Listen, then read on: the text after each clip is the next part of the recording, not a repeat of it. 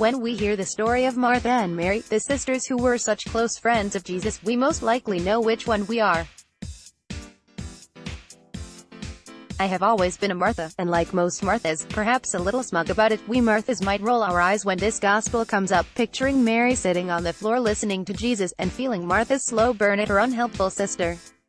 Martha was the one who got things done. Those of us who are Marthas suspect deep down that they somehow translated the ancient words incorrectly, and that instead of stopping Martha from her frantic pace in the kitchen, Jesus was really saying to her, "Way to go, Martha.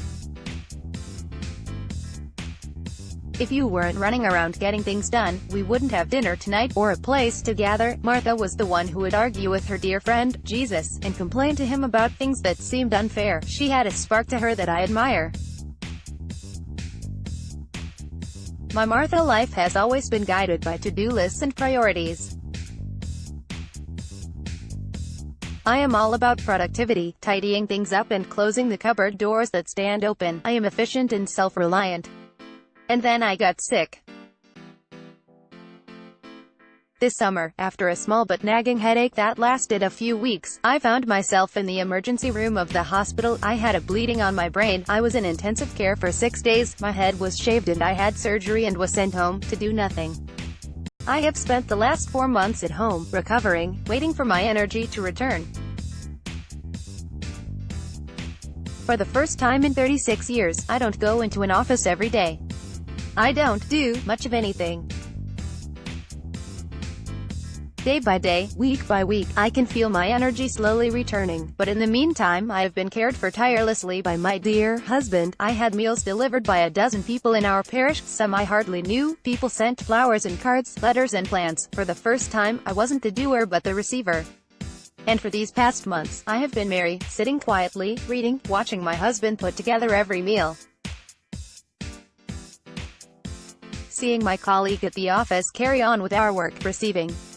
It has been a wonderful experience not to be rushing all the time, to take naps a few times a day and to be what I might have called unproductive. Now I have a new respect for the art of restoring the depleted resource of my energy. I pay more attention now.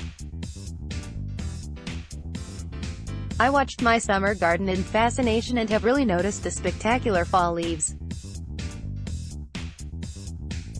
Mary listened to Jesus as she sat on the floor, while Martha just picked up the general ideas. She was so very busy with her preparations. Now, after all of these months at home and contemplating that story, I understand that I didn't get it right. I don't think Jesus was telling Martha to stop everything she did. I think he just missed her. He loved her fiery intelligence but wanted her not to be so distracted. He invited her to sit next to him and simply be with him. He wasn't looking for her productivity or her finished to-do list. And he isn't checking my list either. I won't find a higher place in heaven because I have finished more or been more productive. Jesus is simply calling me to sit next to him and listen and not be distracted by doing. He wants me to notice how much he loves me and to relax deeply into that love. I know that as my energy returns, so will my to-do lists, but I want to keep my life a little slower. I want to pay more attention to the world around me, and I want to sit on the floor next to Jesus and to lean back comfortably on his shoulder, basking in his love, his stories and his laugh, and remember what a graced life this is. Previous article: Jesuit hoops the strongest.